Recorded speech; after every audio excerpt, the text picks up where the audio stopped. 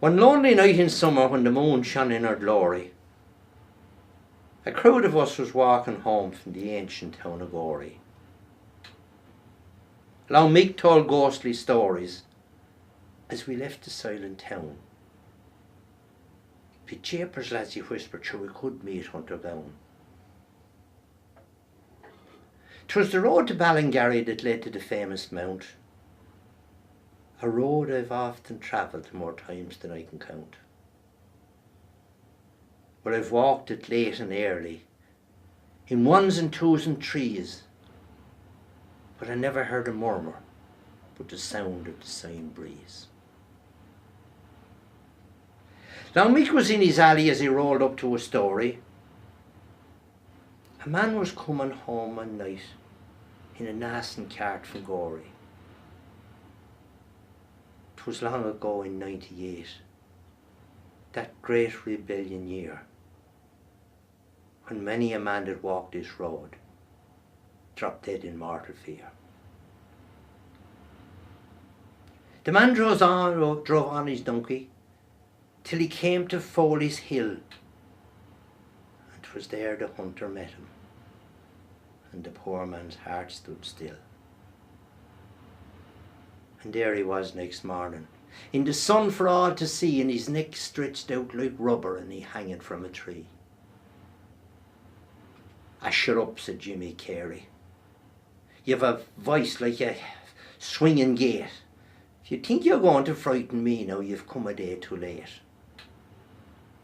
You could walk this road forever, and divil a thing you'd see, and you can tell them tales forever, and you never frighten me."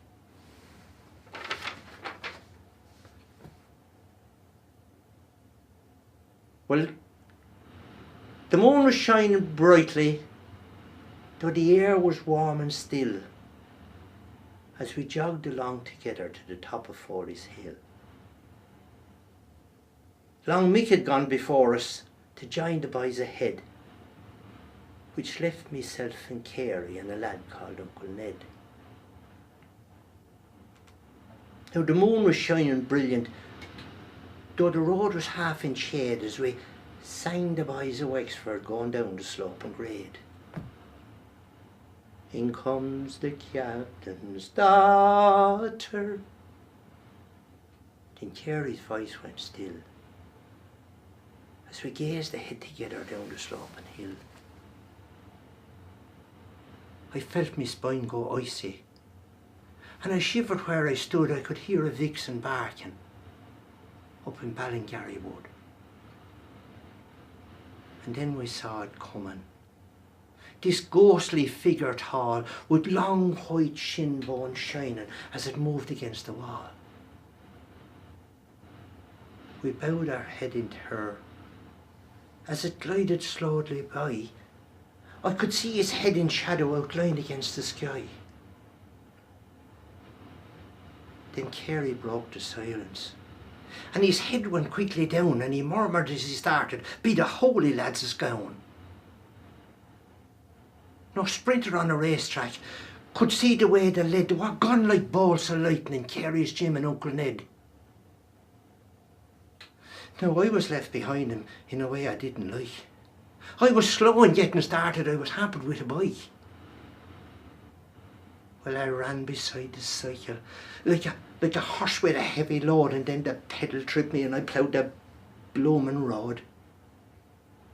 I then was forced to carry the cycle on me back, and I ran like a hunted rabbit in a pace that didn't slack.